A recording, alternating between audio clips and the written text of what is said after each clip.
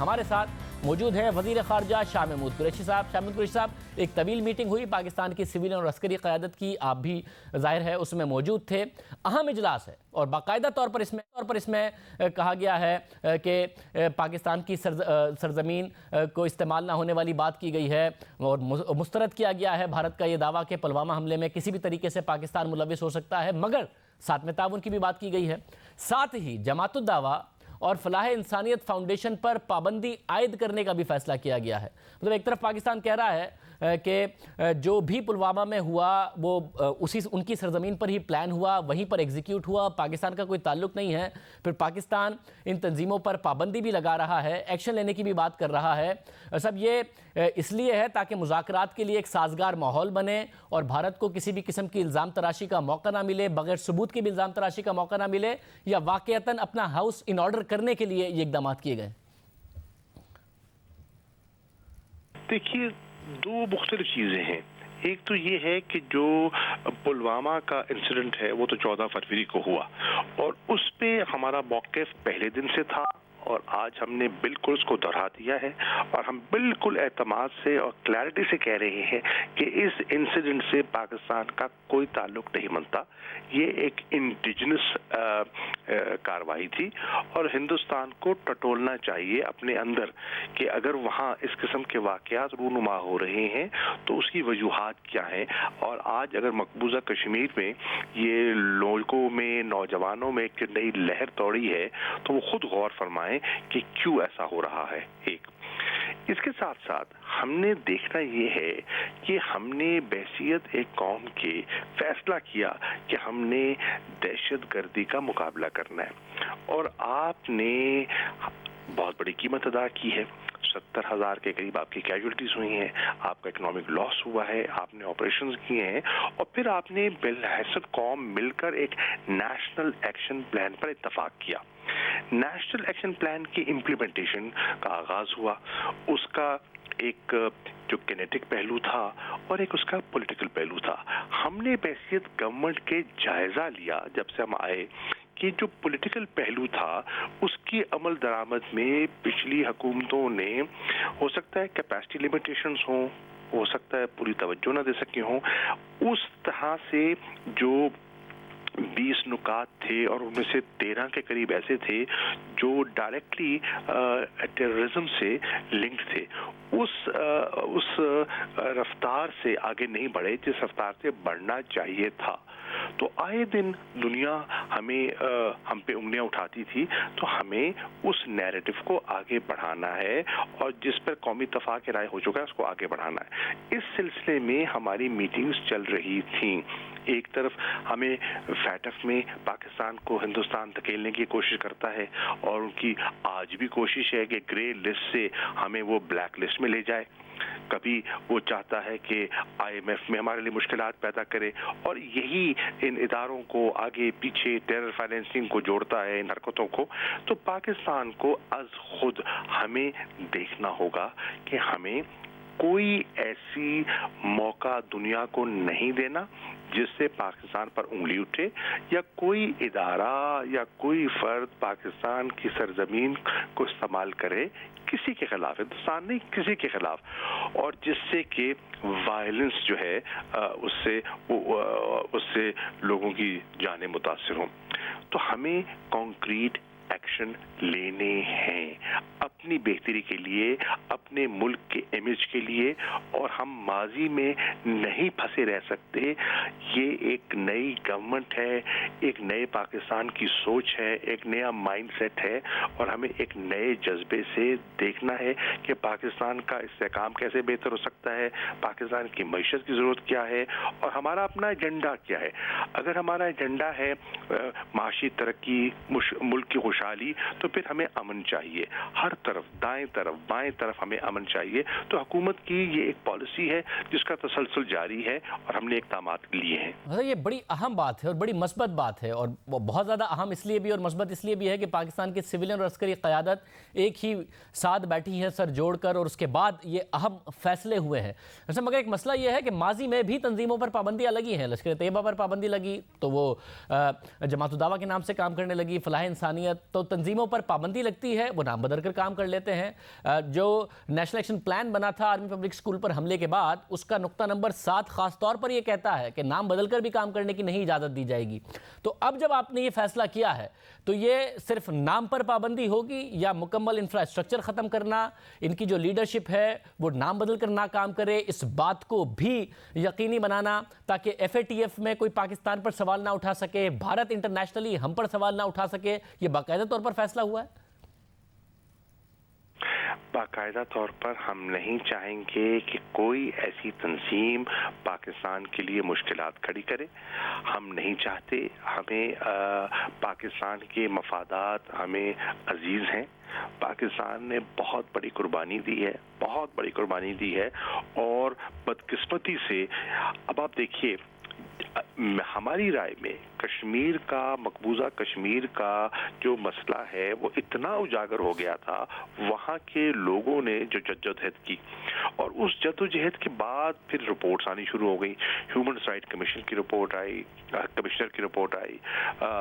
All parties parliamentary group on Kashmir, house of Commons کی اس کی report آئی، اور پھر کل یورپین یونین میں جو بحث ہوئی انہوں نے کیا کہا؟ انہوں نے بھی ہندوستان کو نشانہ بنایا اور کہا کہ ان کو اپنی اٹراسٹیز، ہیومن رائٹ وائلیشنز فی الفور بند کر دینی چاہیے۔ تو وہ کشمیر کا مسئلہ جو بیک برنر پہ چلا گیا تھا، ہندوستان کی کارروائیوں کی وجہ سے وہ فرنٹ سٹیج ہو گیا۔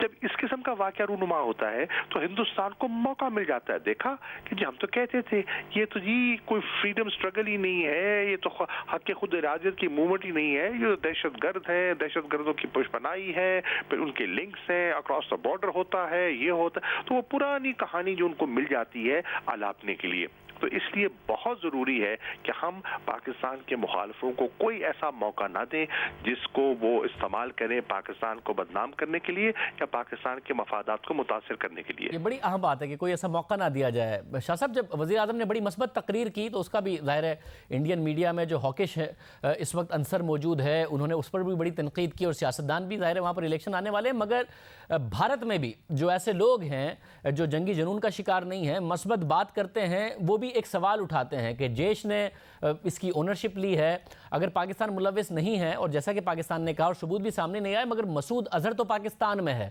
تو کیا اس حوالے سے بھی آج بات ہوئی ہے میٹنگ میں کہ اس کا کیا جواب دینا ہے بھارت کو جب وہ بار بار یہ الزام لگاتے ہیں کہ مسعود اظہر پاکستان میں؟ دیکھیے ہندوستان کو شاید وہ لا علم ہے،